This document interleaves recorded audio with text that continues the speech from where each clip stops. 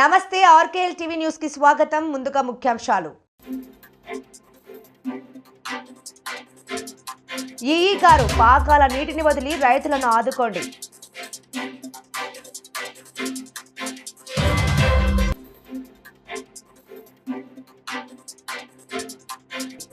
అంగరంగ వైభవంగా చెరుకు అభివృద్ధి కమిటీ సిడిసి ప్రమాణ స్వీకారం.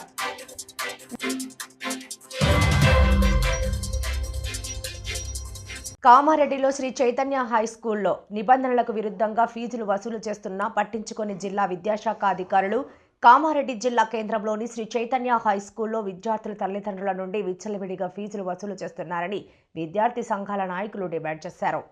ఈ సందర్భంగా విద్యార్థి సంఘాల నాయకులు మాట్లాడుతూ నిబంధనలకు విరుద్ధంగా నడిపిస్తున్న శ్రీ చైతన్య హై స్కూల్ పైన విద్యాశాఖ అధికారులు చర్యలు తీసుకోవాలని, విద్యార్థుల తల్లిదండ్రుల నుండి అధిక ఫీజులు వసూలు చేస్తున్నారని, ఇంత జరుగుతున్న జిల్లా విద్యాశాఖ అధికారులు పట్టించుకోవడం లేదని, ఇలాంటి పాఠశాలపైన వెంటనే చర్యలు తీసుకోవాలని డిమాండ్ చేశారు. శ్రీ చైతన్య హై స్కూల్లో తరగతికి ఎంత ఫీజు చెల్లించారో బోర్డు పైన ఏర్పాటు చేయాలని, తరగతి ఉపాధ్యాయుల యొక్క స్టడీని కూడా పెట్టాలని డిమాండ్ చేశారు. 9వ తరగతి విద్యార్థులకు 10వ తరగతి పుస్తకాల కొరకు 10,000 రూపాయలు కట్టించుకుంటున్నారని, పాఠశాలలో కంప్యూటర్స్ ల్యాబ్, లైబ్రరీ, పుస్తకాలు, సైన్స్ ల్యాబ్ ఉంచాలని, అలాంటివి ఏమీ పెట్టకుండా లేదని, ఫీజులు మాత్రం 40,000 నుండి 50,000 వరకు ఫీజులు వసూలు చేస్తున్నారని, అంతేకాకుండా బస్సులో పరిమితికి మించి విద్యార్థులను ఎక్కించుకోవడం జరుగుతుందని, ఇంత పెద్ద మొత్తంలో జరుగుతున్న విద్యాశాఖ అధికారులు పట్టించుకోవడం లేదని, ఇది కామారెడ్డి బ్రాంచ్ కాదని హైదరాబాద్ బ్రాంచ్ అంటున్నారని, ఇటు విషయం పైన పలుసార్లు డిఈఓ గారి దృష్టికి తీసుకువెళ్లినా పట్టించుకోవడం లేదని, అధికారులు పట్టించుకోకపోవడం ద్వారానే నిబంధనలకు విరుద్ధంగా ఫీజులు వసూలు చేస్తున్నారని, ఇప్పటికైనా వెంటనే శ్రీ చైతన్య స్కూల్ పైన చర్యలు తీసుకోవాలని, లేకపోతే విద్యార్థి సంఘాల ఆధ్వర్యంలో పెద్ద ఎత్తున ధర్నాలు, రాస్తారోకోలు చేస్తామని డిమాండ్ చేశారు. గురవుతున్న పిల్లలు కూడా కుక్కడానికి వాళ్ళు ఒక ఏదైతే ఉందో దాంట్లో 2 లేక 3 ఉండాల్సింది 5, 6 పిల్లలను ఒక సీట్లో కుక్కబెట్టి బలవంతంగా జరుగుతూ ఉంది. మేము అది కూడా చూపించినాం అధికారులకు.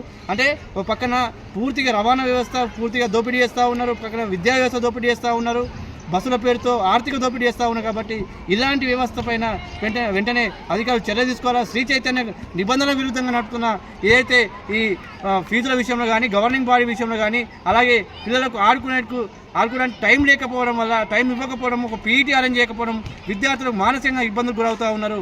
వెంటనే పీఈటీని ఏర్పాటు చేసి విద్యార్థులకు ఆట కొనసాగే విధంగా ఇది చర్య తీసుకోవాలని డిమాండ్ చేస్తూ ఉన్నాం.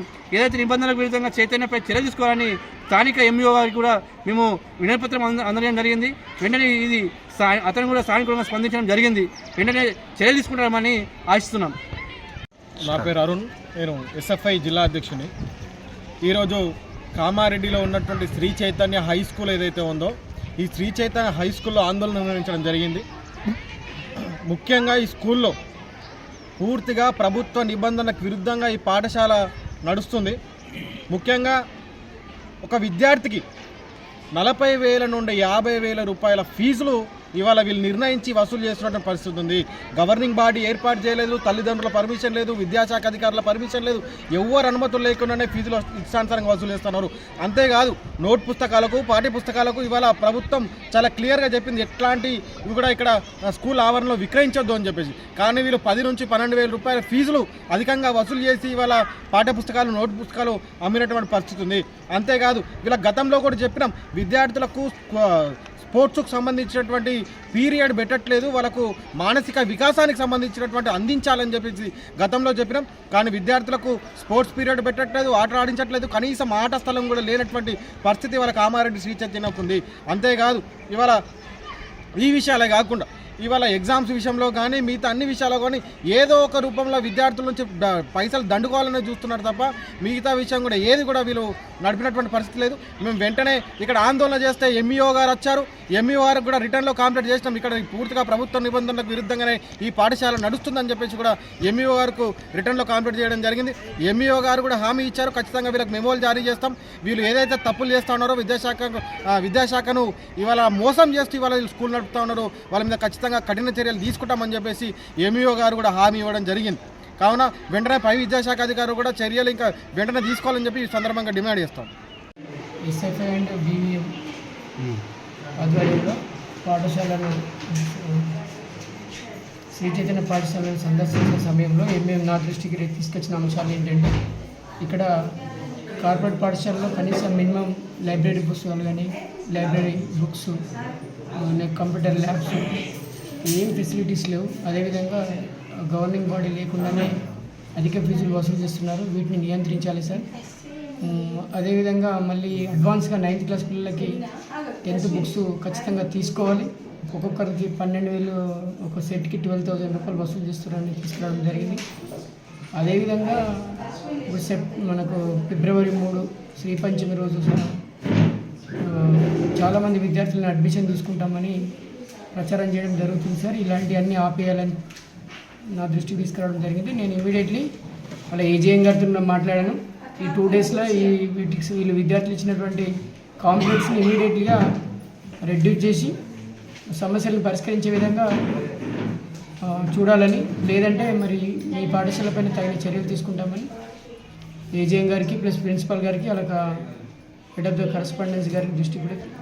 అంగరంగ వైభవంగా చెరుకు అభివృద్ధి కమిటీ సిడిసి ప్రమాణ స్వీకారం. కామారెడ్డి జిల్లా సదాశివనగరం మండలం మార్కల్ అశోక్ గార్డెన్స్లో చెరుకు అభివృద్ధి కమిటీ సిడిసి ప్రమాణ స్వీకారం ఘనంగా నిర్వహించారు. ఈ కార్యక్రమానికి ముఖ్య అతిథిగా ఎల్లారెడ్డి ఎమ్మెల్యే మదన్ మోహన్ రావు హాజరయ్యారు.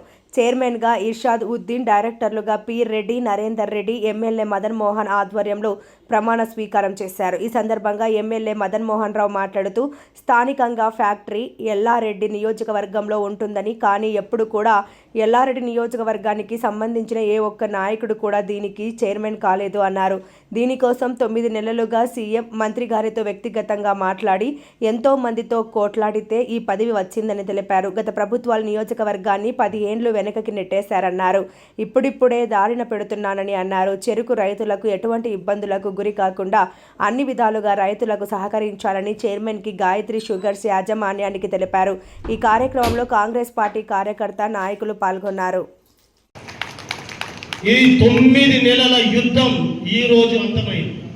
ఇది 9 నెలల నుంచి జరుగుతున్న యుద్ధం. ఈ యుద్ధానికి మా మదననే ముంగటుండి కొన్ని 2 నెలల కొంచెం నేను అన్న దగ్గరికి వెళ్ళి, అన్న ఆ పదవి రాదేమో, నేను వదిలేద్దామంటే, ఇర్షాద్ నాకు మినిస్టర్ రాకున్నా సరే నీకు సిడిసి చైర్మన్ ఎట్లా రాదో చూస్తా అన్నాడు. అది నమ్ముకున్న కార్యకర్త కోసం ఒక నాయకుడు చెప్పే మాట ధైర్యాన్ని ఇచ్చాడు. ఆ రోజే చెప్పాను, ఉంటే ఎలాగైనా ఉంటాం, అన్నతోనే ఉంటాం. మన ఇర్షాద్ భాయ్ గారికి, డైరెక్టర్ పీర్ రెడ్డి అన్న గారికి, నరేందర్ రెడ్డి అన్న గారికి, అదేవిధంగా గౌరవనీయులు మన ప్రియతమ నేత బడుగు బలహీన వర్గాల ఆశాజ్యోతి మన మదన్ మోహన్ గారికి, మన అందరి తరఫున వేదిక మీద ఉన్నటువంటి ఇతర పెద్దలు, మండల అధ్యక్షులు, మార్కెట్ కమిటీ చైర్మన్లు, మహిళా అధ్యక్షురాలు, అందరికీ కూడా వేదిక మీద ఉన్నటువంటి పెద్దలందరికీ, అదేవిధంగా వేదిక మీద ఉన్నటువంటి నా ప్రాణ సంబంధమైనటువంటి కాంగ్రెస్ పార్టీ కార్యకర్తలకి, పాత్రికా మిత్రులకి అందరికీ కూడా నా హృదయపూర్వక నమస్కారాలు తెలియజేస్తూ, ఈరోజు ఈ సిడిసి చైర్మన్ పండుగ జరుపుకుంటున్నామంటే అది ఘనత మదన్ మోహన్ అని చెప్పేసి ఈ సందర్భంగా నేను తెలియజేస్తా ఉన్నా. ఎందుకంటే అందరు చప్పట్లు కొట్టాలి, ఎందుకంటే మనం ప్రోత్సహించుకోకుంటే దానికి అర్థం ఉండదు. గతంలో ఎన్నో సంవత్సరాలు, ఎన్నో పర్యాయాలు కాంగ్రెస్ పార్టీ అధికారంలోకి వచ్చినప్పటికీ కూడా ఎల్లారెడ్డి నియోజకవర్గం అంటే ఒక అనాథగా మిగిలిపోయేది. ఎందుకంటే గత 30 సంవత్సరాల నుంచి కూడా ఎల్లారెడ్డి ప్రభుత్వం వచ్చినప్పటికీ కూడా సిడిసి చైర్మన్ అంటే మనకు దక్కకపోయేది. గతంలో ఇక్కడ ఉన్నటువంటి నాయకులందరితో నాకు ఒక 25 సంవత్సరాల నుంచి అందరికీ నేను పరిచయిస్తుంది. ఎందుకంటే చిన్నప్పటి నుంచి రాజకీయాల్లో ఉన్నాం కాబట్టి అన్ని మండలాలు తిరుగుతూ, గతంలో టీఆర్ఎస్ లేనప్పుడు తెలుగుదేశం పార్టీ ఉంటుండే, తర్వాత కాంగ్రెస్ పార్టీ ఉంటుండే. తెలుగుదేశం పార్టీ అంటే అప్పుడు మనకి ఏంటంటే పెద్ద తలకాయలు, అటు పోచారం శ్రీనివాసరెడ్డి సాబ్ ఏమైనా అభివృద్ధి పనులు వచ్చినాయంటే ఫండ్స్ కానీ, ఎంపీ నుంచి వచ్చే ఫండ్స్ కానీ, మరి ప్రభుత్వం వచ్చే ఫండ్స్ ప్రతి గ్రామంలో పెడతాం. మరి గాంధార్లో కూడా స్టేడియం తీసుకొచ్చినాం. బుగ్గగండి రోడ్డు మీరు చూసుంటారు, బాన్సవాడకి రోడ్డు మొత్తం పరారైపోయాడు కాంట్రాక్టర్. 4.5 కోట్లు ఇచ్చినాం, ఆయన పరారైండు. నా సొంత డబ్బులు ఇస్తా అని చెప్పి కాంట్రాక్ట్ చెప్తే ఇలా బుగ్గగండి కూడా రెడీ అయిపోయింది.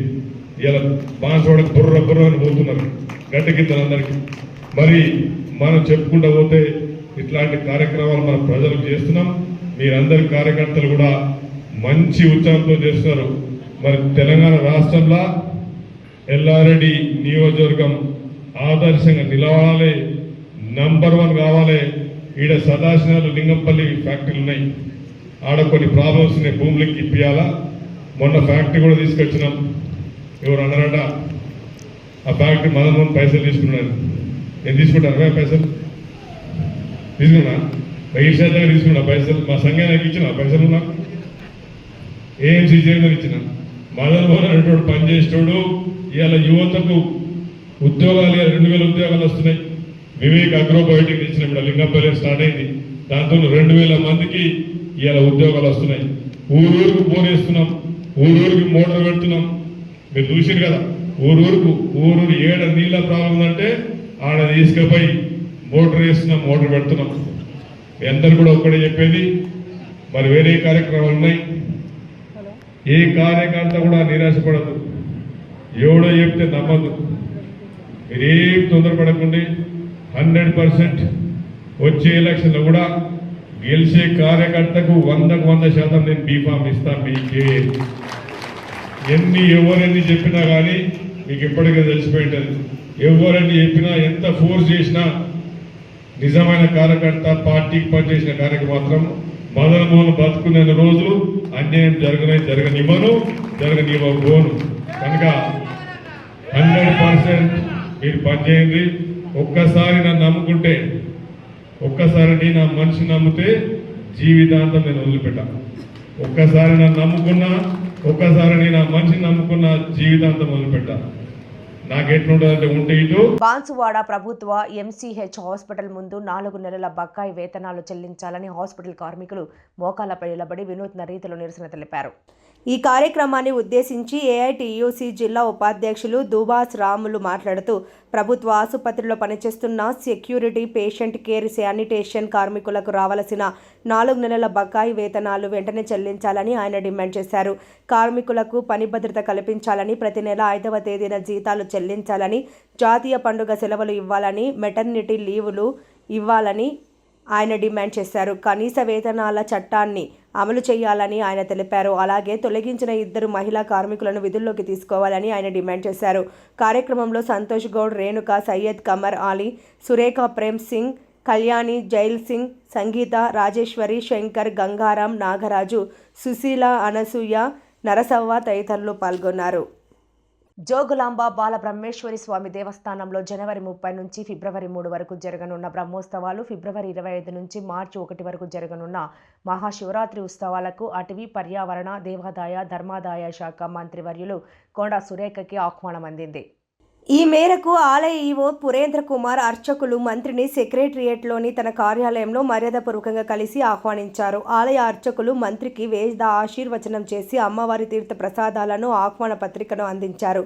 బ్రహ్మోత్సవాలను పురస్కరించుకుని ధ్వజారోహణం, మహాపూర్ణాహృతి, సహస్ర కళాభిషేకం, జోగులాంబ బాల బ్రహ్మేశ్వర స్వామి కళ్యాణోత్సవం, మహాశివరాత్రిని పురస్కరించుకొని కళ్యాణోత్సవం, రథోత్సవం, అవబృధోత్సవాలను నిర్వహించనున్నట్లు ఈవో పురేంద్ర కుమార్ మంత్రికి వివరించారు. వరుస ఉత్సవాల నేపథ్యంలో భక్తులకు సౌకర్యాల కల్పనలో ఇతర శాఖల అధికారులను సమన్వయం చేసుకుంటూ ఏర్పాట్లు చేయాలని మంత్రి సురేఖ ఈవోను ఆదేశించారు.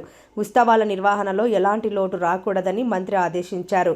దేదీప్యమానంగా బ్రహ్మోత్సవాలు, మహాశివరాత్రి ఉత్సవాలను నిర్వహించాలని మంత్రి సురేఖ సూచించారు. ఈ కార్యక్రమంలో ఏఐసిసి కార్యదర్శి, ఆలంపూర్ కాంగ్రెస్ పార్టీ ఇన్ఛార్జ్ సంపత్ కుమార్ పాల్గొన్నారు.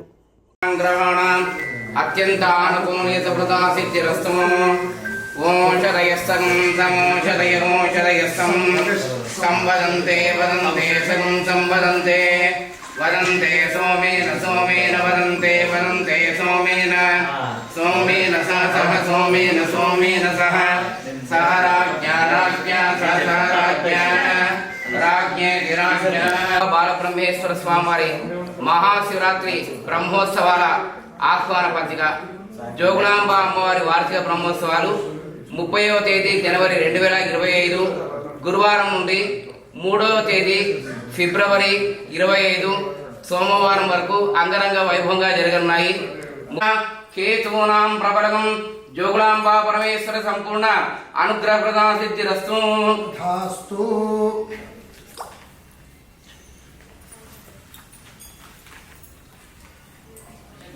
ఎమ్మిగనూరు మీడియా సమావేశంలో కూటమి ప్రభుత్వంపై ఘాటు విమర్శలు చేసిన YCP incharge Butta Renuka super 6 అంటూ గొప్ప హామీలు ఇచ్చిన చంద్రబాబు ఇప్పుడు ఆ హామీల గురించి మాట్లాడేందుకు కూడా భయపడుతున్నారు.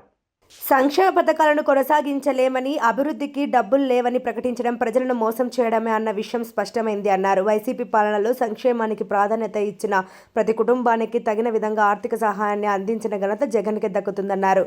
రాష్ట్ర ఆర్థిక పరిస్థితిని దిగదార్చిన చంద్రబాబు మొన్నటి వరకు జగన్ గారి పాలనలో రాష్ట్రాన్ని అప్పుల్లో ముంచేశారని విమర్శలు చేసిన చంద్రబాబు 9 నెలల్లోనే ఇప్పుడు తానే రికార్డు స్థాయిలో 1.19 లక్షల కోట్లు అప్పులు తెచ్చారు. మరి ఆ డబ్బుతో ఏ అభివృద్ధి చేశారో ప్రజలకు తెలియాలి.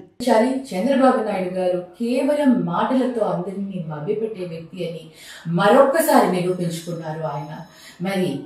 మరి ఈరోజు మరొక్కసారి అబద్ధపు హామీలతో సూపర్ 6 అని ఏదైతే హామీలు సూపర్ 6 అని హామీలు ఇచ్చి అబద్ధపు హామీలతో వారికి బాగా తెలుసు, ఎక్స్పీరియన్స్ పీపుల్ కదా, వారికి రాష్ట్ర ఆర్థిక వ్యవస్థలో ఏ విధంగా ఉంటుంది, ఎన్ని మనం అమలు చేయగలుగుతామో ఏవి మనం అమలు చేయలేమో అని తెలిసి కూడా ప్రజలను మభ్యపెడుతూ ప్రజలను మోసం చేస్తూ అబద్ధపు హామీలను ఇచ్చి సూపర్ 6 అని ఇవాళ ఏదైతే సూపర్ 6 ని ఇంప్లిమెంట్ చేయాల్సిన పరిస్థితి రాగానే ఇప్పుడు ఆర్థిక పరిస్థితి గురించి ప్రజలకు చెప్తున్నారు.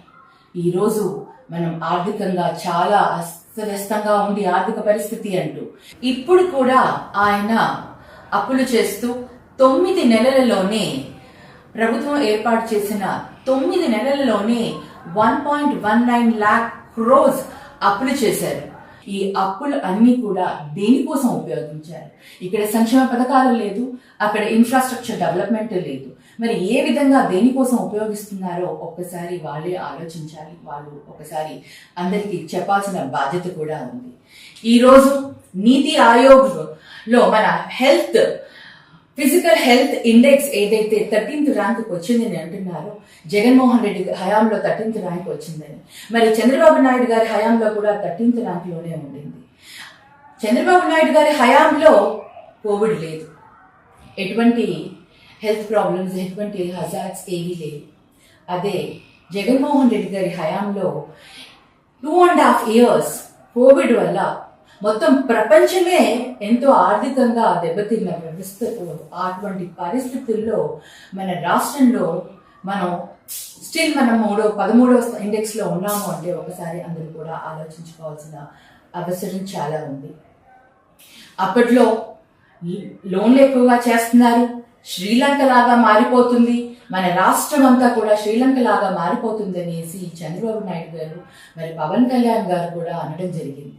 మరి ఎప్పుడు కూడా అటువంటి పరిస్థితి రాలేదు. ప్రజలందరూ కూడా సంక్షేమ పథకాలను పొందుతూ అందరూ కూడా చాలా సాటిస్ఫైడ్ గా ఉన్నారు. ఈ రోజు వాళ్ళు చేస్తున్న ఏ కార్యక్రమాలు, ఏ విధంగా వాళ్ళు మన దావోస్కి వెళ్ళి వచ్చినా కూడా ఎటువంటి ఇండస్ట్రీస్ ని ఏది కూడా కమిట్మెంట్ చేయించుకోకుండా రావడం జరిగింది. ఏం చేయబోతున్నారో, ఎలా చేస్తున్నారో మనకు ప్రజలకు ఎక్స్ప్లెయిన్ చేయాల్సిన అవసరం ఈ రోజు కూటమి ప్రభుత్వానికి చాలా ఉందని నేను తెలియజేసుకుంటున్నాను. మరి ముఖ్యంగా అబద్ధాలు ఏ విధంగా చెప్తున్నారంటే, ప్రభుత్వంలో వచ్చే ముందర ప్రతి ఒక్కరు కూడా రాష్ట్ర అప్పులు 14 లక్షల కోట్ల వరకు ఉందని, కొంతమంది 12 లక్షల కోట్ల వరకు ఉందని, మరి కొంతమంది 10 లక్షల కోట్ల వరకు ఉందని. యాక్చువల్ గా మరి మన నవంబర్లో బడ్జెట్ పెట్టినప్పుడు 6,46,000 చేంజ్ తోటి లక్షల కోట్లతోనే అని ఆ రోజు బడ్జెట్ లో ప్రవేశపెట్టడం జరిగింది. అంటే వారికే వారి మాట పైన నిలకడలేదు. ఎవరు ఏం మాట్లాడుతున్నారో కూడా తెలియకుండా రాష్ట్రంలో అప్పులు ఏ విధంగా ఉన్నాయో అబద్ధాలు చెబుతూ జగనన్న ప్రభుత్వం పైన మచ్చ చూపించాలనేసి ఆ విధంగా అబద్ధపు మాటలతో ప్రజల్ని మోసం చేశారు. ఇప్పుడు కూడా సూపర్ 6 ని ఏదైతే అమలు చేయాలో అది అమలు చేయలేని పరిస్థితుల్లో ఉన్నాము అంటూ మరి ఒక్కసారి ఆ బ్లేమ్ అంతా కూడా జగన్మోహన్ రెడ్డి అన్న పైన వీళ్ళు వేసేందుకు ప్రయత్నం చేస్తున్నారు. అది అంతా కూడా అవాస్తవమని ప్రజలకు మేము నిరూపిస్తున్నాం. ప్రజలకు మేము అందరికీ కూడా ఒక్కసారి అందరూ కూడా ఆలోచించండి, ఏ విధంగా జగనన్న హయాంలో ప్రభుత్వంలో సంక్షేమ పథకాలు కానివ్వండి, అభివృద్ధి కానివ్వండి, ఏ విధంగా ముందుకు వెళ్ళింది, ఈ ప్రభుత్వం ఏ విధంగా నిందలు వేస్తుంది అనేది ఒకసారి ఆలోచించాలని ప్రజలందరికీ కూడా తెలియజేసుకుంటున్నాను. అందరూ కూడా ఒకసారి ఇక ముందైనా అతను ప్రజలకు ఇచ్చిన హామీలను నెరవేరుస్తారని ఆశిస్తూ, మరి ప్రజలకు ఏదైతే మన మేనిఫెస్టోలో ఎలక్షన్స్ ముందు మనం కమిట్ చేస్తామో అది ఒక బైబిల్ లాగా, ఒక గీత, ఒక ఖురాన్ టైప్లో మనం వాటిని పవిత్రంగా భావిస్తూ అవన్నింటినీ కూడా ఇంప్లిమెంట్ చేయాల్సిన బాధ్యత తీసుకోవాలని ముఖ్యంగా కూటమి ప్రభుత్వానికి తెలియజేస్తూ, ఇకనైనా ప్రజలకి ఏదైతే హామీ ఇచ్చారో అవన్నీ ఇంప్లిమెంట్ చేయాలని వారికి తెలియజేసుకుంటూ సెలవు తీసుకుంటాం. ఈఈ గారు పాకాల నీటిని వదిలి రైతులను ఆదుకోండి. ఈఈ సుదర్శన్ రావును ఫోన్ ద్వారా కోరిన బీఆర్ఎస్ మహబూబాబాద్ జిల్లా అధ్యక్షురాలు మాజీ ఎంపీ మాలోత్ కవిత మహబూబాబాద్ నియోజకవర్గంలోని గూడూరు మండల పర్యటనకు వచ్చిన సందర్భంగా మాజీ ఎంపీ కవితకు తమ ఇబ్బందిని వివరించిన రైతులు తక్షణమే స్పందించి ఫోన్ ద్వారా రైతుల పక్షాన విజ్ఞప్తి చేసిన బీఆర్ఎస్ జిల్లా అధ్యక్షురాలు మాజీ ఎంపీ మాలోత్ కవిత సానుకూలంగా స్పందించిన ఈఈ సుదర్శన్ రావు. ఇక చిన్న రిక్వెస్ట్ అంటే మెయిన్ ఇప్పుడు మా గూడూరులో మా రైతులు అందరూ కూడా అందరూ ఒకే దగ్గర ఉన్నాం ఇక్కడ. ఏళ్ళు కానీ మన మక్కలు వరి ఇవన్నీ కూడా మన పాకాల చెరువు వాగు నుంచి వచ్చే వాటర్ మీద డిపెండ్ అయ్యే పెట్టుకున్నారు. మీరు దయచేసి కొన్ని రోజులు వదలాలి ఇమ్మీడియట్ గా.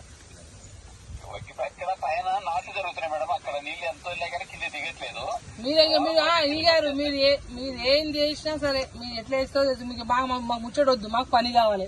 మీరు నీళ్లు ఎందుకంటే దాదాపు మీరు ఇక్కడ వెళ్తే మాకు 2-3 మండలాలు కవర్ అవుతాయి. మీరు లేట్ చేసి మీరు 2-3 రోజులు ఆగితే ఇక్కడ మొత్తం పొలాలు పోతాయి కదా. మరి ప్లీజ్ ప్లీజ్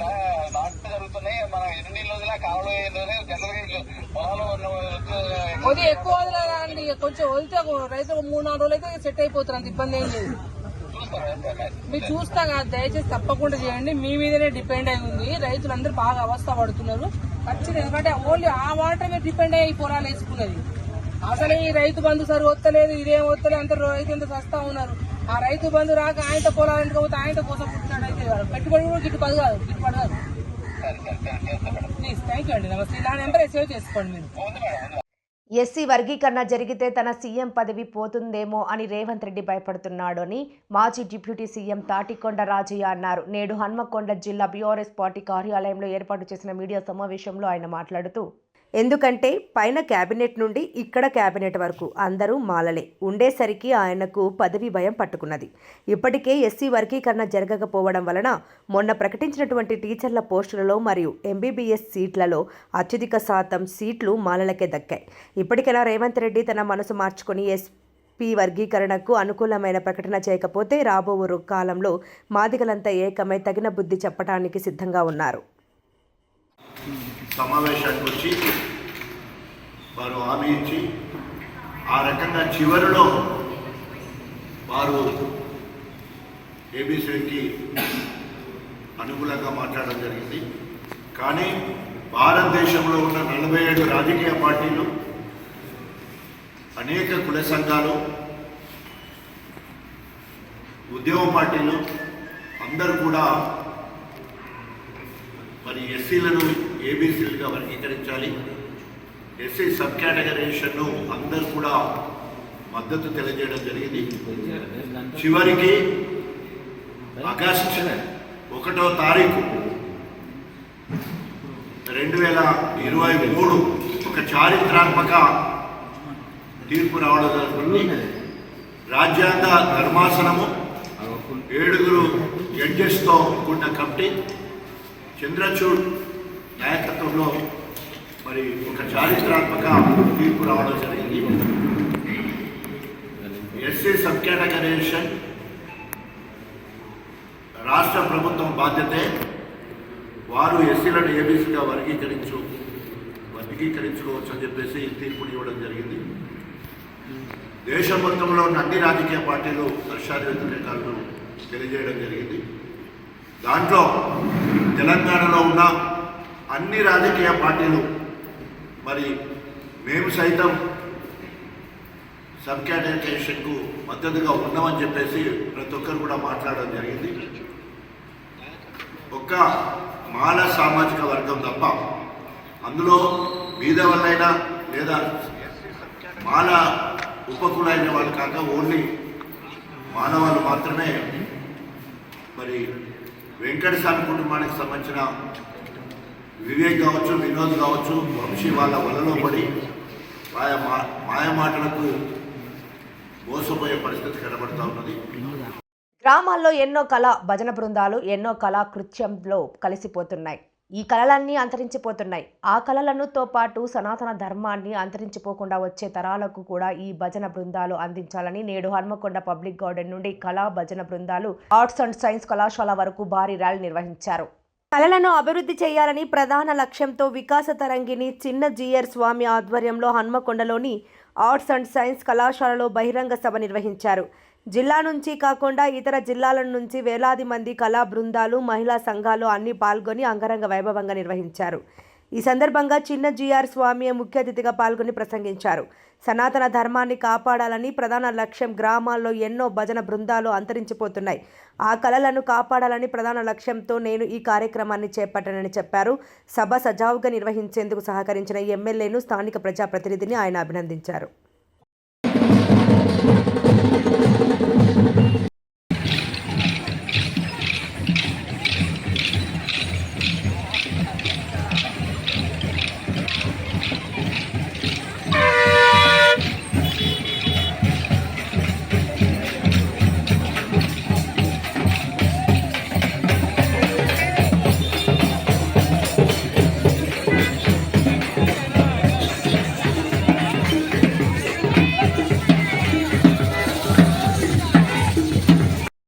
వాళ్ళందరినీ ఏకం చేశారు. అది చాలా రోజులు చేస్తారు. ఊళ్ళో పంటి ఈ కళలను ముందు కొనియడానికి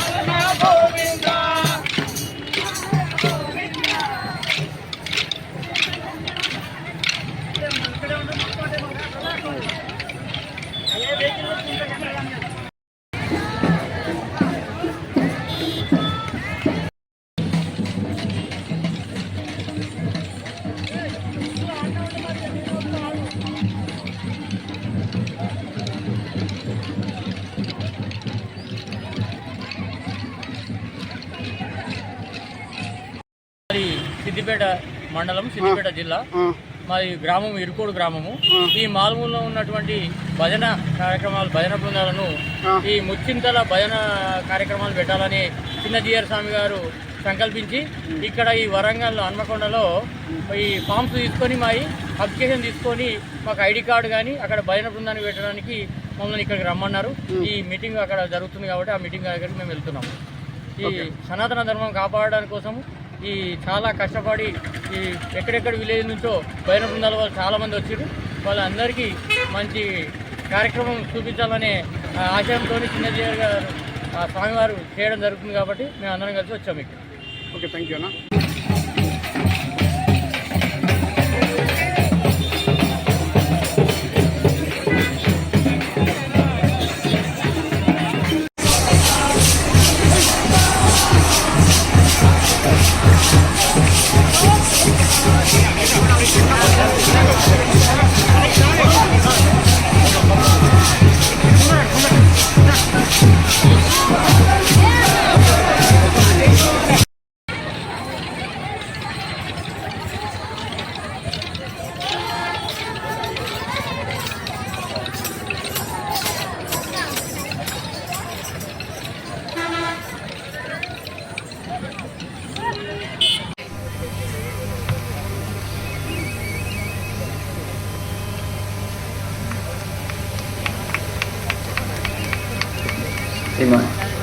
రావు గారికి, రావు గారికి.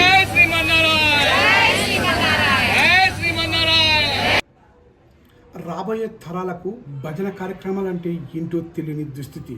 ఈ నేపథ్యంలోనే హనుమకొండలో భారీ బహిరంగ సభ ఏర్పాటు చేశాను. గ్రామాల్లో అంతరించిపోతున్న భజన కార్యక్రమాలు, సనాతన ధర్మాన్ని కాపాడమే ప్రధాన లక్ష్యంగా ముందుకు సాగాను. ఈ నేపథ్యంలోనే ఆర్ట్స్ అండ్ కళాశాలలో భారీ బహిరంగ సభని నిర్వహించాను. వేలాది మంది కళాకారులు ఈ కార్యక్రమంలో పాల్గొన్నారన్నారు. కెమెరామెన్ అనిల్తో రాజ్, ఆర్కే టీవీ, వరంగల్. వార్తలు ముగించే ముందు ముఖ్యాంశాలు మరోసారి. ఈఈ గారు పాకాల నీటిని వదిలి రైతులను ఆదుకోండి.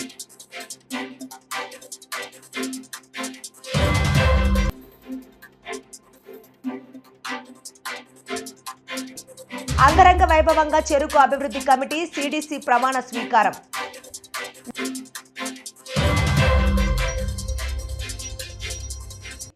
ఈ వార్తలు ఇంతటితో సమాప్తం. నమస్కారం.